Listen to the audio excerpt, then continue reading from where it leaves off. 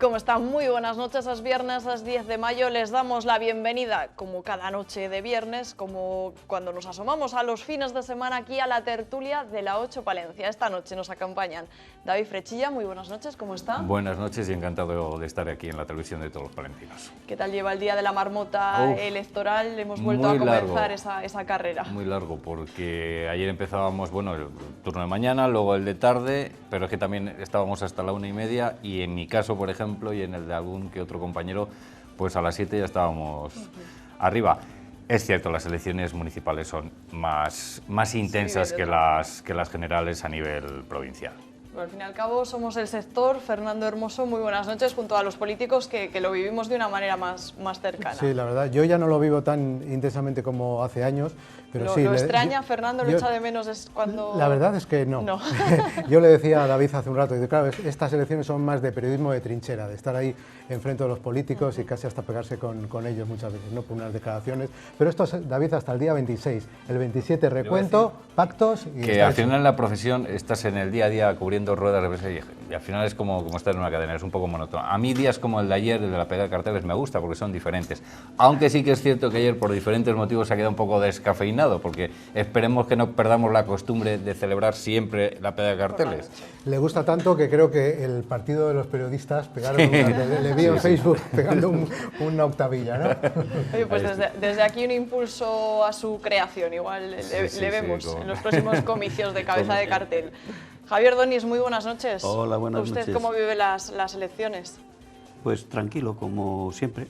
Ya hace muchos años que no participo en nada del tema electoral y, vamos, que nunca, salvo los primeros años de la democracia, que entonces sí que participé bastante, por lo menos en las primeras elecciones y las segundas municipales, pues me recorrí bastantes veces la provincia, haciendo actos públicos con el partido. ¿Cómo era vivirlo desde dentro, Javier? Pues, ¿Era muy intenso, muy cansado, entonces mucha sí, satisfacción? Entonces era muy cansado y mucha atención porque hacíamos posiblemente diariamente 2 actos públicos y recorríamos todos los pueblos de la provincia.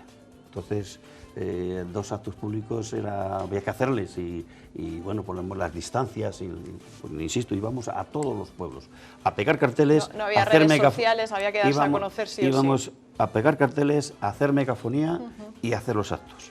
Algunos, además de pegar y de hacer la megafonía, nos tocaba después participar en los pueblos, en los actos en los mítines, vamos. Y lo que ha apuntado Lola seguramente sea cierto, ¿no? Que antes esa cercanía, ese mítin, ese cartel tenía mucho más influencia que ahora donde las redes sociales... Mira, pues a los ciudadanos, pues posiblemente a algunos les encantaría verte, a otros les encantaría menos, pero lo que sí que era bueno para el que hacía los actos públicos, porque sí que podía recoger, si quería pulsar un poco verdaderamente la demanda de los propios ciudadanos, ¿verdad? Las necesidades que tenían en cada pueblo.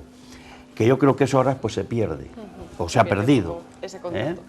Bueno, pues de las elecciones, de esa triple cita con las urnas, hablaremos largo y tendido, se lo puedo asegurar, durante estos días. Esta noche nos esperan estos y otros temas.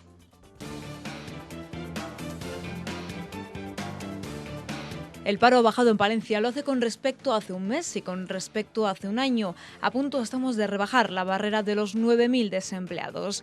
2019 sigue siendo un año positivo en cuanto a trabajo se refiere. Sin embargo, los sindicatos ponen matices a las estadísticas. Es verdad que desciende el paro y aumenta la afiliación, pero más de 700 de los 1.016 contratos firmados eran precarios y temporales. Mal, porque los estudiantes luego se van fuera. Porque aquí no hay nada. Un poco mal, pero bueno, si van abriendo más tiendas y más fábricas y eso, pues mejorará con el tiempo, digo yo. Tenían que generalmente mover un poquito más la industria y mover un poquito más para que haya empleo. Los funcionarios de justicia quieren una equiparación salarial con las comunidades autónomas que tienen las competencias de justicia transferidas. En Palencia ven como al depender del Ministerio, la diferencia en lo que cobran puede ser de hasta 600 euros menos. Piden al menos unos 300 euros de incremento, una petición que realmente se extiende al resto de sectores, ya que los trabajadores no ven que la recuperación económica haya repercutido para bien en sus salarios. Si hay más beneficios para el patrón, el trabajador que también, ya que ha sufrido la crisis, que se recupere un poco. Pues yo todavía no lo he notado. Yo creo que va a haber crisis otra vez. La antigua fábrica de harinas, ubicada junto a las esclusas 31 y 32 del Canal de Castilla, ha sido incluida en la lista roja del patrimonio que denuncia el estado de conservación de esta edificación, que fue declarada bien de interés cultural en 1991. A raíz de esta noticia hemos salido a preguntar a los palentinos si se cuida lo suficiente nuestro patrimonio. Sí que hay edificios que están abandonados, pero bueno, yo creo que en general está bastante bien conservado. Me gusta lo que tiene Palencia y si hacen algo que quede por lo menos igual, que lo respeten todo. Por lo menos en la capital veo que en la catedral se están haciendo obras importantes. En el resto de la provincia hay construcciones históricas que están en un deterioro tremendo. La piedra, el mal de la piedra se las está comiendo. Bueno, les acercaremos también el ambiente que se vive en la macrofiesta de la ITA, pero antes de meternos en asuntos, antes de meternos en materia, sí que nos gustaría hacer desde aquí un recordatorio a la figura política, a la figura socialista que ha fallecido hoy mismo. Javier Doni, se ha ido Alfredo Pérez Rubalcaba, que usted pues tuvo la suerte de tratar y de conocer. Sí, le conocí y bueno, yo tengo un buen recuerdo de él. Yo creo que es de los políticos que España le debe de reconocer, porque fue un hombre de Estado como pocos ha habido. Cada uno tenemos un día, hoy le ha tocado a él, es una desgracia, creo que es sobre todo para la familia. Y bueno, pues espero que su ejemplo no dure solamente hoy y mañana, que será el día del entierro pasado, sino que ese ejemplo le tengamos presente en el futuro, sobre todo aquellos que van a tener responsabilidades como las tuvo él. Fernando. Sí, yo le conocí en varias visitas que hizo él a Palencia, le entrevisté varias ocasiones, hizo alguna visita a Palencia, a Dueñas también estuvo, cuando era ministro, bueno, no sé exactamente de qué, si de administraciones públicas o de qué era. La verdad es que era una persona con una visión certera de un hombre de Estado, pero luego tenía una visión muy certera de lo que ocurría en nuestro país. Yo creo que los políticos de hoy día hablan mucho y en muchas ocasiones dicen muy pocas cosas. Él cuando hablaba con conocimiento y además vislumbraba una realidad muy certera. Y yo creo que esa herencia es la que los políticos de ahora debían de asumir. El que en muchas ocasiones no hay que hablar por hablar, porque por lo que nos dicen en muchas ocasiones debíamos decir a los políticos, es mejor que usted se esté callado. Cuando hable con fundamento y si no, cállese la boca. Lógicamente, Alfredo Pérez Rubalcaba tuvo sus luces y sus sombras, pero bueno, hoy vamos a valorar sus méritos, porque yo creo que hablar de las sombras no tendría sentido. Es una persona que se le va a echar de menos, que hizo política con mucha inteligencia, sobre todo, y es lo que hoy día en muchos políticos se echa en falta. David. Pues yo poco más que añadir, y lo que voy a añadir para mí es todo positivo, porque yo creo que aunque él haya fallecido hoy, hace tiempo que España le echa de menos, o por lo menos la política. Creo que ese tipo de hombres, no sé, a veces yo no soy de los de mitificar, ¿no?, el pasado, y a lo mejor siempre pensamos que cualquier tiempo pasado fue mejor, y no es así, pero yo creo que en el caso de Alfredo Pérez Rubalcaba sí que es así, y tanto él como gente de su generación, por varias cuestiones, lo han apuntado los dos, hombre de Estado, es que hay cosas del Estado que no hay que sacarlas al público y hay que hablar. Y yo creo que ahí él era de ese tipo de personas que tenía claro cuáles eran las líneas rojas que nunca había que pasar y las líneas rojas que se podían pasar, pero para llegar a un acuerdo con el rival. Ahora parece que cualquier cosa la sacan a la palestra, la utilizan para rédito propio, y yo creo que él correspondía a ese tipo de hombres, nunca mejor dicho, hombres de Estado. Les pediría a todos los líderes políticos que tenemos en la actualidad, que ahora irán a ponerle en valor y a mostrar sus respetos, que el mejor homenaje o el mejor legado que puede tener es aprender de él. Lo dudo, pero bueno, que lo intenten. Luego, además, en el tema de ETA, él supo recoger lo bueno, los errores y los aciertos en el tema de ETA, tanto de Felipe González como de José María Aznar, y con esos errores y aciertos él diseñar una estrategia, era muy inteligente, de cómo había que reconducir los últimos pasos de la banda terrorista ETA. Finalmente se logró vencer a ETA, el Estado venció a ETA sin renunciar absolutamente a nada. Y él siempre decía que lo bueno es que la democracia venció al terrorismo, que nos podíamos alegrar todos los ciudadanos de que ETA había finalizado, excepto las víctimas, que esas lo recordarán siempre, y que de las víctimas nunca nos debiéramos de olvidar. Bueno, pues Javier, sí. Siendo ministro del Interior, en la última época de él, concedió a la Universidad Popular de Palencia la medalla de plata de las cárceles penitenciarias. Pues con esas palabras de los tres en recuerdo, en homenaje de Alfredo Pérez Rubalcaba, vamos ya con el análisis de la actualidad. Comenzábamos esta semana conociendo las cifras del paro, que al menos los datos eran positivos y ya rozamos la barrera de los 9.000 palentinos a las listas del ECIL. Lo vamos a ver. Los datos ponen de manifiesto, de nuevo, que la tendencia negativa que se revertía en el inicio de 2019 se mantiene. El paro disminuyó en abril y los datos son objetivamente positivos. En la actualidad son 9.001 las personas apuntadas a las listas de búsqueda de empleo, es decir, que hoy hay 276 palentinos menos inscritos que en el mes de marzo, un 2,98% de descenso, siendo Palencia la segunda provincia de Castilla y León con mejores resultados y una de las provincias de todo el territorio nacional con un descenso más acusado. No es el único dato positivo. En un año se han desapuntado del ECIL 794 palentinos, lo que supone un 8,11% menos de parados. Así, Palencia deja de estar en el furgón de cola en la creación de empleo en términos interanuales en esta comunidad autónoma y se coloca en puestos de salida. La brecha de género sigue estando presente. Sigue siendo mayor el número de mujeres que buscan un empleo que el de hombres, 5.161 frente a 3.840. Por sectores, el Servicios continúa liderando la demanda de trabajo con mucha diferencia respecto al resto, con 6.043 parados. Le siguen, pero muy de lejos, el colectivo de personas que aún no han tenido un empleo y la industria.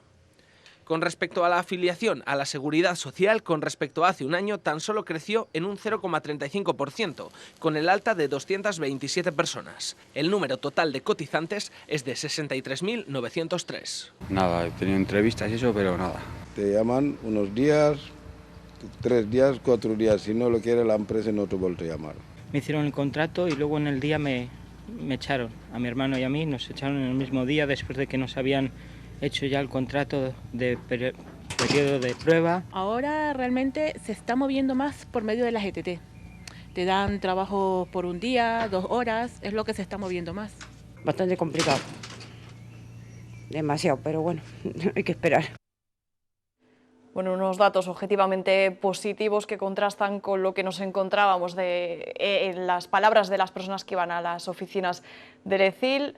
Unos datos, Fernando, que bueno, pues que esconden también las personas que quizás se hayan ido a otras provincias a buscar empleo, un largo etcétera, pero yo no sé si usted es optimista y ve la situación un poquito mejor. Claro, aquí tenemos sentimientos encontrados, porque por una parte los datos en sí son positivos, pero si tenemos en cuenta, y hemos escuchado valoraciones de las personas entrevistadas, la calidad del empleo que se crea es muy baja. Un gran porcentaje de los contratos son en precario, son temporales.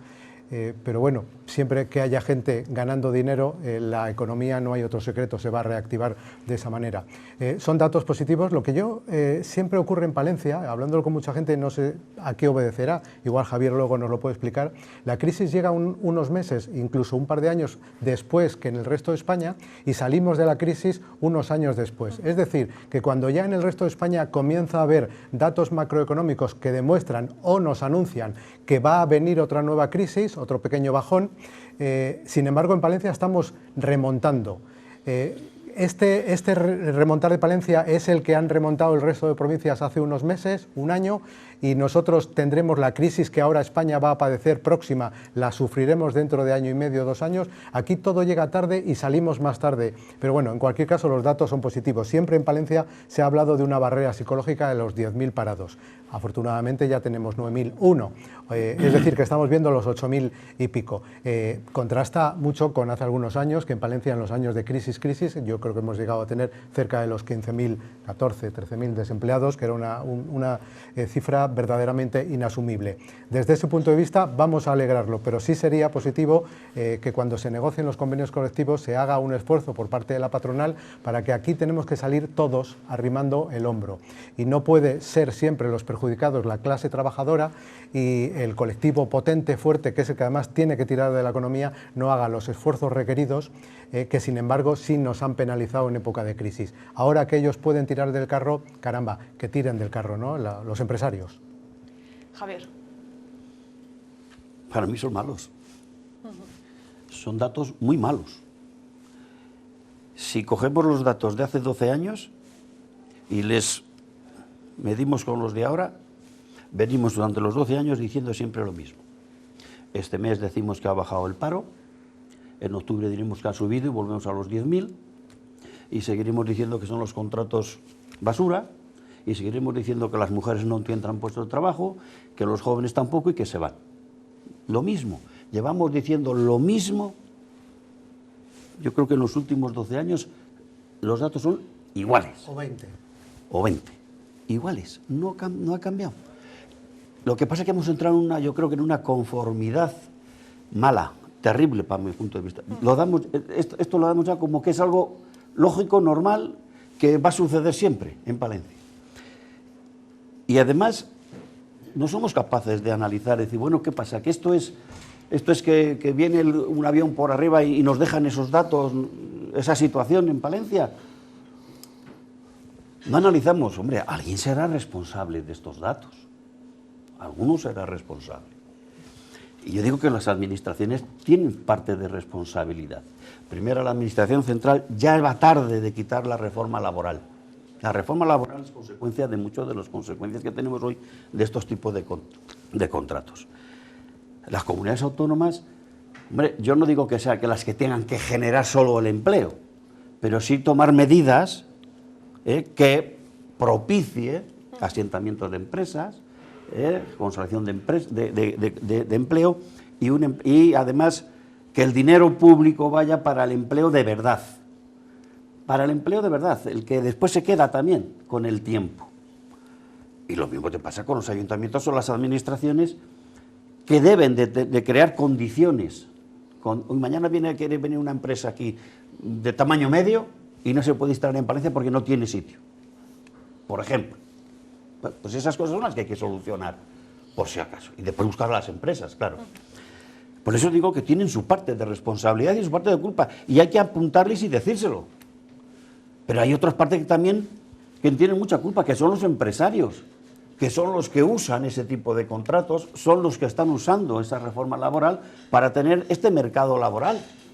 Porque solamente aquí hay unos perjudicados, que son los trabajadores y las trabajadoras, que se están aprovechando de la situación que tienen los empresarios. Mira, los contratos basuras, los contratos, yo me acuerdo una de las últimas, cuando la reforma laboral, que se hablaba del contrato parcial, yo dije que eso era una puerta grandísima al fraude de ley, como así se está viendo. Son contratos, se hacen contratos de 4 horas, se trabajan 8, en el mejor de los casos se pagan las otras 4 de aquella manera, en algunos casos no se pagan tan siquiera, y eso lo hacen los empresarios, eso no lo hace nadie más que ellos. Y miren, yo diría que la mayoría de los empresarios son honestos y son buena gente, tratan de hacerlo bien y de eso lo hacen bien. Pero hay muchos, y que además después se pasean por la calle Mayor con la cabeza alta. Ojo, que no voy a dar nombres hoy, pues por aquello de que, bueno, pero se pasean. Y son los que hacen ese tipo de contratos que teníamos la obligación todos, incluidos los empresarios, de denunciarles, porque lo que están haciendo es una competencia desleal primero al trabajador y después al empresario serio, que cumple con las normas y que cumple con las leyes. Hombre, yo soy de los que hay que cambiarle el tema de la contratación, pero mientras existan las que hay, me parece bien que las utilicen, pero lo que ya no me parece bien es que las utilicen mal. Además de toda esa flexibilidad, toda esa gama que tienen los empresarios para hacer esa flexibilidad tan tremenda con los trabajadores, hombre, por lo menos no hagas fraude. No les contrates por 2 horas y les tengas 8 y les pagues como les pagues. Y eso es una competencia desleal. Y respecto a lo que tú me preguntabas antes, aquí las crisis llegan más tarde. Pues una ciudad, una provincia que no tiene industria. Al no tener industria, las crisis siempre se les ve más tarde. Aquí mantenemos, pues lo que mantenemos, el sector servicio ya lo hemos visto, que es el mayoritario, ¿verdad? Y es donde más fraude hay. David. Bueno, pues por darle una lectura un poco, no electoral en sí, pero bueno, son buenos datos para el gobierno central y, por ejemplo, para el propio alcalde de Palencia Cofrenta, ¿no? De decir, ha bajado de 8.000 a 5.000. En ese sentido, pues supongo que las administraciones o los gobiernos de turno estarán contentos. Esa es la cara, pero la cruz, evidentemente, es lo que han apuntado aquí mis compañeros, es la temporalidad. Yo creo que en Palencia, si Renault sonríe, Palencia carcajea, y si Renault estornuda, Palencia se coge un gripazo que no la saque nadie de la cama. Y dependemos muchas veces de esas incorporaciones de tercer turno, de ese contrato relevo, de esa supresión de algunos de los turnos de Renault y las auxiliares, que no nos vamos a olvidar de la importancia de las empresas auxiliares, ¿no? En ese sentido, yo creo que sí que ahí notamos esa estacionalidad. En el caso, por ejemplo, también, bueno, llegó Semana Santa y mucha contratación. Da la sensación de que vamos un poco a golpe de calendario, ¿no? Pasamos la hoja del calendario, espera, ¿qué toca? Semana Santa, ¿qué cae este año? ¿En abril? Ah, bueno, pues el dato de que no salga en mayo va a ser positivo. Y es lo que nos hace un poco tener esa preocupación. Yo me gustaría tener la fórmula mágica de no sé si es los contratos. Sí que voy a romper una lanza por los empresarios, porque creo que son muchas veces los que se juegan el dinero, y habrá empresarios malos como habrá trabajadores malos, seguro, o sea, hay de todo. Pero creo que el problema es...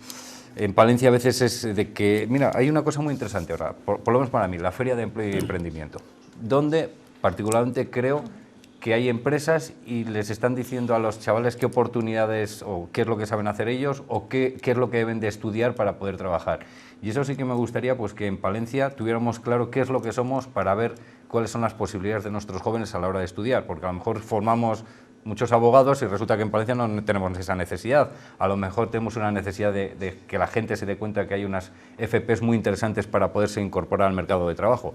Bueno, yo desde luego no tengo la clave, si no, no estaría aquí, estaría en un foro económico. Sí, yo te quiero decir que yo también reconozco y lo he reconocido, que hay empresarios buenos, claro, la mayoría, pero les hay muy malos. Y aunque se jueguen su dinero, no pueden hacer contrataciones ilegales, eso, no pueden utilizar como lo están utilizando. ¿Me explico? Es decir, que los empresarios, evidentemente, yo entiendo, y además es que si lo que yo estoy diciendo es en favor de esos empresarios, porque uno de los perjudicados son ellos, con la competencia desleal que les hacen toda esa serie de empresarios que hay, que todos sabemos, que todos conocemos y que ninguna decimos, y que no se denuncia. La inspección de trabajo en Palencia funciona muy bien, lo que pasa es que es muy difícil. Es muy difícil para la inspección de trabajo, primero porque salvo los programas que ellos tienen ya para hacer las visitas y eso, por sectores y por cosas que tienen, después funcionan sobre denuncias.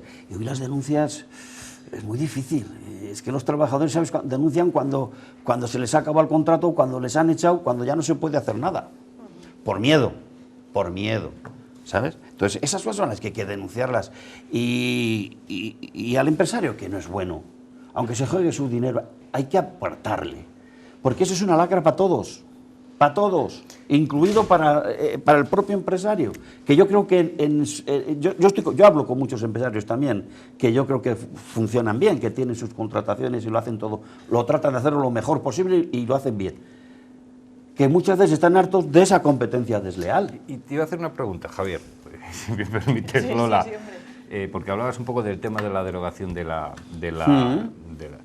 por ejemplo, de la reforma laboral. 1 de mayo, yo creo de los que más flojos he visto en cuanto a gente. No sé si tiene, y me explico, si esa presión sindical a veces, o es cuando gobiernan el contrario, o por ejemplo cuando gobiernan los nuestros, por decirlo de alguna manera, tiene que seguir existiendo esa presión y esa reclamación. Hombre, cuando llegan los nuestros tiene que sentir esa... Vamos, yo es que yo vengo de una práctica sindical que ha sido esa. Acuérdate, al Partido Socialista le hicimos 5 huelgas generales.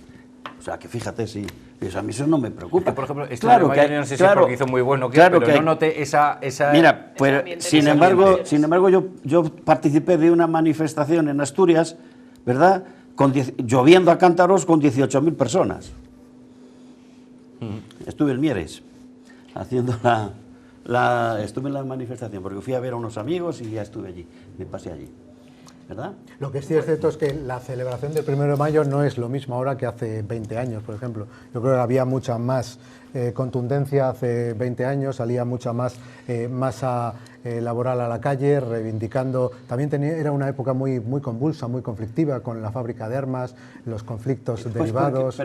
Pero salían a la calle y pues porque alguien se preocupaba, mucho ruido. Porque alguien se preocupaba de sacarles, porque primero hay que convencerles. Un tal Javier Donís. Había que convencerles, había que explicarles, había que convencerles de que lo que estaba pasando, incluso aunque estaba ya gobernando el Partido Socialista.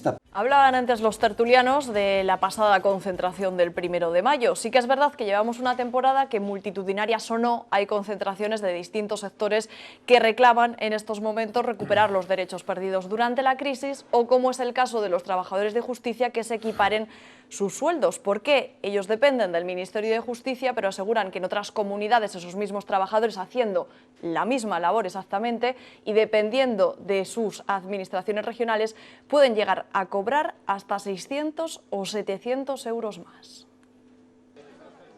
Dicen llevar 10 años sin que les suban lo que perciben de complemento específico, lo que les lleva a acumular diferencias salariales importantes con los funcionarios que dependen de las administraciones regionales. En Palencia las competencias no están transferidas y dependen directamente del Ministerio de Justicia. La diferencia salarial es cada vez mayor y nos estamos quedando nosotros totalmente atrás.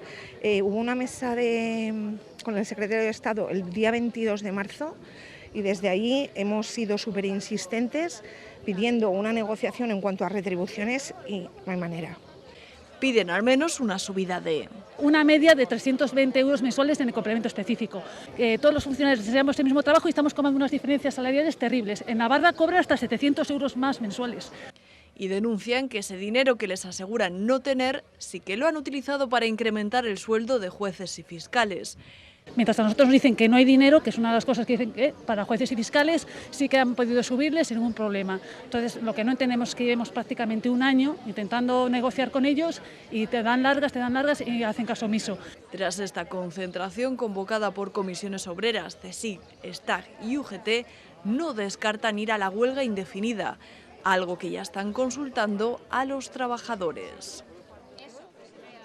Bueno, pues habrá que ver cómo se desarrollan esas medidas de protesta de los trabajadores de justicia, porque, David, 600, 700 euros de diferencia es una brecha salarial muy importante, muy considerable. Y cuando escuchaba estas declaraciones me recordaba las reivindicaciones de Jusapol, ¿no? Que también reivindican este mismo problema, pues la Policía Local y la Guardia Civil.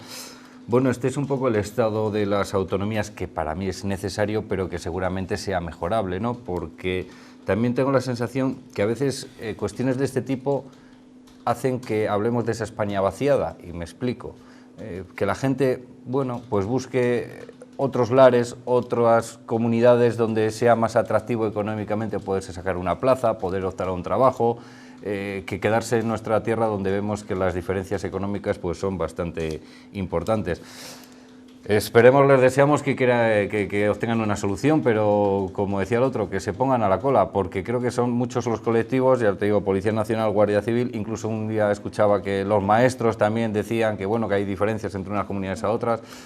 Bueno, veremos a ver si esto tiene solución. Ahora, la justicia no solo tiene este problema, tiene muchos, tiene otros también, como el otro día veía yo al presidente del Barcelona, que no tengo ninguna afinidad por el club, pero que se ha comido 2 años en la cárcel esperando un juicio. Estarás medio de celebración, David, no esta semana. Que estarás medio de celebración esta semana. Sí, bueno, como no hemos ganado nada, celebramos las derrotas retros, pero ya en serio, una persona que se tira 2 años en una cárcel esperando un juicio, que luego encima le declaran inocente, o la chapuza que se ha hecho en la audiencia provincial, que es increíble que en una ciudad como Palencia tengamos 2 edificios de justicia cuando podía haber estado todo concentrado en uno, y se quejan precisamente estos profesionales de la chapuza que se ha hecho, la falta de material, no está todo bueno.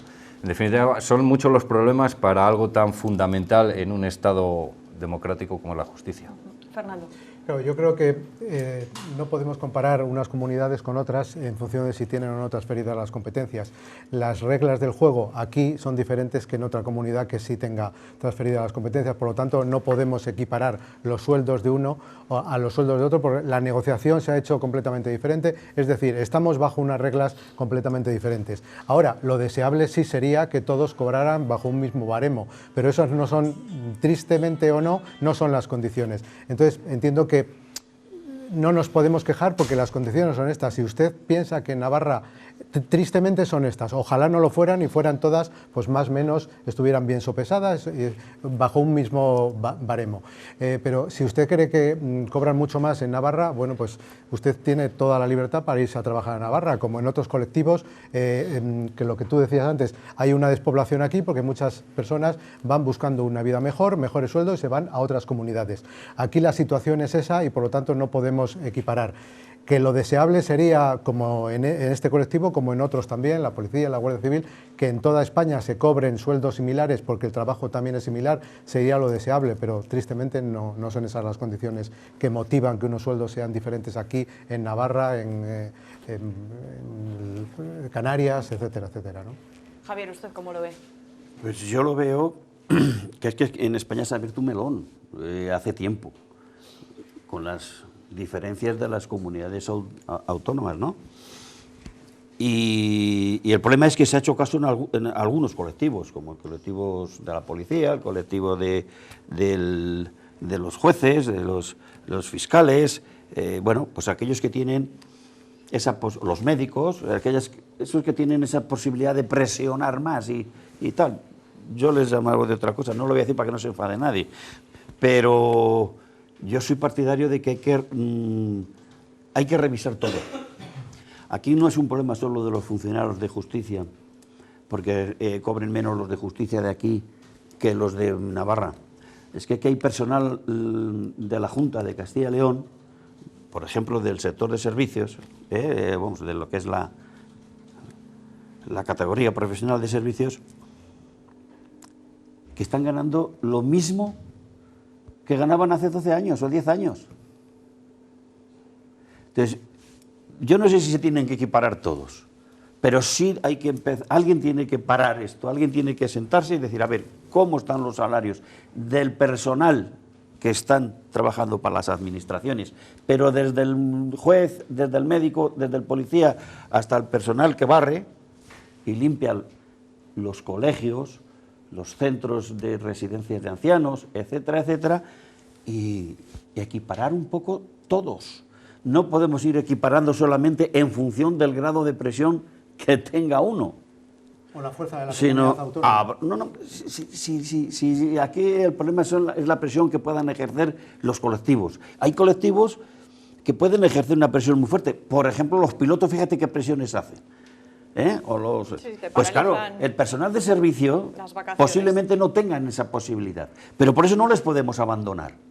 Tendremos que hacer una revisión de todos, y a ver si es justo que haya esas diferencias.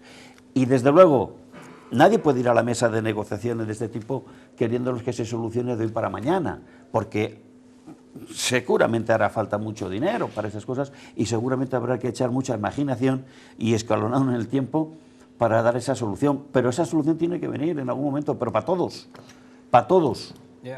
y en el tiempo. Apuntabas una cosa que a mí en parte me preocupa y yo también te la dejaba un poco, o la dejaba ahí el tema votando, ¿no? Bueno, que se vayan a otras comunidades. A mí eso me preocupa muchísimo porque precisamente es uno de los problemas que tiene España vaciada. Pregunto a nuestros amigos de la zona norte, del medio rural, los problemas que tenemos para encontrar un médico. Que precisamente ese médico habría que pagarle más, porque yo creo que es la única manera que vengan, que al resto. Es decir, si usted, no sé cuánto supone estar usted en el medio rural, porque hay auténticas dificultades para en esta querida Castilla nuestra, para encontrar determinados gente que quiere ir trabajar por ese dinero, pues oye, habrá que primarlo de alguna manera dándole más un incentivo económico, porque aquí al final todo es parné. Pero equiparemos a todos, no solo a los que tengan presión. Bueno, a los que tengan presión. Tendremos que revisar también, que si no es que vamos a dejar a unos colectivos posiblemente que parece que es que no son ciudadanos. Sí, la verdad es que es muy difícil decir, ¿y dónde ponemos el límite? Porque luego vendrán los maestros, luego vendrán los profesores. Pues habrá que revisarlo todo con tiempo, con tranquilidad y con ganas de llegar a un entendimiento y a un acuerdo. Y desde luego, sabiendo que eso no es, que toda la equiparación o todos los incrementos se pueden hacer en un año, ni en 2, ni en 3, posiblemente haya que escalonar. Hay fórmulas.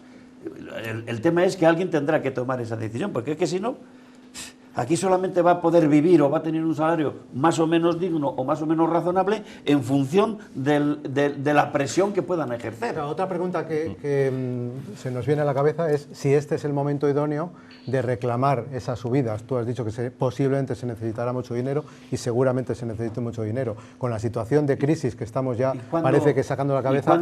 ¿Y cuándo es el momento? Claro, yo no sé si cuando haya mayor estabilidad, más presupuesto... ¿Cuándo es el momento? Pero mira, es cierto que podríamos empezar a poner los primeros pasos. Podríamos empezar a poner los primeros pasos, porque es cierto que si no nos movemos no se va a solucionar nunca. Entonces se podrían comenzar a estructurar el tema, es decir, de qué manera lo podemos solucionar. Os vamos a subir un 5% para que no perdáis competitividad en vuestros salarios. No sé, hacer algo para que dentro de 10, 15 años no tengamos este problema. Si no hacemos nada, en 10, 15 años vamos a tener el mismo problema. Ellos amenazan con una huelga general. No sé si tendrá mucho efecto, porque realmente ahora mismo la situación que hay de tanta pereza en los juzgados, se están acumulando sumarios y sumarios. Si hacen una huelga general tampoco se va a notar mucho, porque ya realmente hay mucho retraso. Mira, Fernando, cuando se ha subido el salario mínimo interprofesional, se decía que esto iba a ser terrible. Iba a ser, bueno, en acabose se iban a perder todos los puestos de trabajo, iba a ser, bueno, imposible. Pues mira, se ha subido el salario mínimo a 900 euros y, según los datos, ha incrementado el empleo y hemos recaudado 1.500 millones más para las arcas de la Seguridad Social, para las pensiones. Fíjate si eso se hace en el sueldo de todos los funcionarios, lo que eso significa para el gasto de los ciudadanos a la calle y para la Seguridad Social. Y mira, para que cuando tengamos que hablar de los comercios estos que vemos que nos da pena la calle Mayor, lo que se cierra y lo que se compre, en parte esto tiene la culpa. El día que solucionemos esto y la gente tenga más dinero para gastar, se cerrarán menos comercios, se cerrarán menos establecimientos y se cerrarán menos empresas. No hay otra fórmula. Eso es el Vamos tema. A cambiar de tema porque el tiempo pasa, pero rapidísimo. Vamos a asomarnos, unos instantes al patrimonio, porque esta semana conocíamos que la antigua fábrica de harinas, ubicada entre las esclusas 31 y 32 del Canal de Castilla, entraba en un ranking muy poco deseable, como es la lista roja de Hispania Nostra. Nuestro compañero Nacho Blanco, cuando saltaba la noticia, nos lo contaba desde allí. Hispania Nostra, que elabora este ranking, considera que el edificio se encuentra en estado de semirruina al mantenerse en pie únicamente la parte central de la cubierta. Además, en los laterales solo se conservan las fachadas, en su interior crece vegetación y se han desprendido elementos de la estructura del edificio, como algunos maderos. La que fuera harinera y posteriormente central hidroeléctrica presenta además numerosas pintadas y caídas de aguas. Su integridad, como ocurre en otros edificios similares a lo largo del Canal de Castilla, se ve amenazada, según esta asociación, que también ha incluido en la lista roja del patrimonio la ermita de la Virgen del Amparo de Villavega de Aguilar. Bueno, pues como decíamos, es un ranking al que no nos gustaría asomarnos desde la provincia palentina, que presumimos siempre de ese rico patrimonio. Fernando, yo no sé si tiene la sensación de que, bueno, pues son excepciones y que en general se cuida bien el patrimonio, o que habría que revisar más a menudo nuestros monumentos. Yo creo que tristemente no son excepciones, porque el patrimonio que nos viene de hace muchos años debemos de tener el compromiso de mantenerlo, cuidarlo y entregárselo a las siguientes generaciones, por lo menos, si no es exactamente igual, todavía un poco mejor.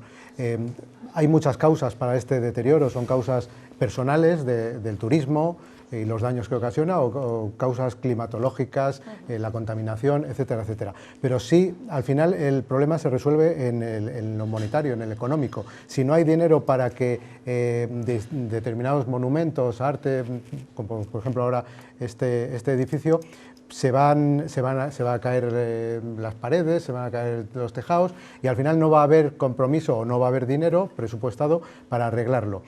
No es un caso único, porque el año pasado, bueno, creo que en el mes de marzo ha habido otro patrimonio en el norte, en la zona de Aguilar de Campo, que también ha sido incluido en esta lista negra, el año pasado también. Es decir, que estamos descuidando más en una época de crisis, que lo primero que se penaliza puede ser el patrimonio, el arte, y no cuidarlo como debiéramos. Esperemos que cuando haya dinero para todo.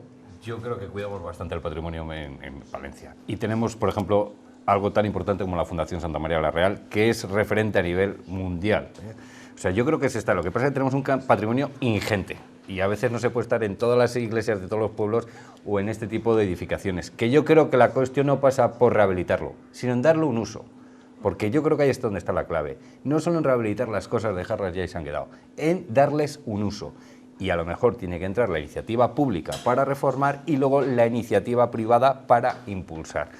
Hay ejemplos en Palencia donde fábricas de este tipo se han rehabilitado, incluso aquí en la Dársena del Canal hay un proyecto que no sé si se llevará o no llevará a cabo, en principio dijeron que sí. Yo creo que es que tenemos tanto patrimonio que no podemos estar en todos lados, pero yo sí que apruebo, se recupere, pero para que entre la iniciativa privada y le dé un uso. Javier.